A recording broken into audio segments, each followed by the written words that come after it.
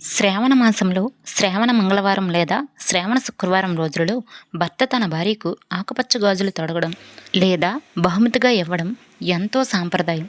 ఆకుపచ్చ గాజులు ఇవ్వడానికి గల ముఖ్య కారణాలు ఏంటంటే సౌభాగ్యం మరియు సుమంగళితత్వం. ఆకుపచ్చ రంగు ప్రకృతికి, సృష్టికి మరియు సంతానాభివృద్ధికి సంకేతం. శ్రావణ మాసంలో భర్త భార్యకు ఆకుపచ్చ గాజులు ఇవ్వడం ద్వారా ఆమె సౌభాగ్యం నిరంతరం వర్ధిల్లాలని, ఆయుర ఆరోగ్యాలు ఉండాలని కోరుకుంటారు. శ్రావణ మాసంలో గౌరీదేవికి, పార్వతీదేవికి అంటే గౌరీదేవి అన్న పార్వతీదేవి అన్న ఒకరే కదా, ప్రీతికరమైనది ఆకుపచ్చ రంగు గాజులట. గౌరీదేవికి చాలా ఇష్టమైన రంగు. భర్త చేతుల మీదుగా ఈ గాజులు తొడగడం వల్ల గౌరీదేవి కటాక్షం కలిగి దాంపత్య జీవితం ఆనందంగా సాగుతుందని నమ్ముతారు. సంసారంలో ప్రశాంతత, అభివృద్ధి. ఆకుపచ్చ రంగు శాంతికి, మానసిక ప్రశాంతతకు చిహ్నం.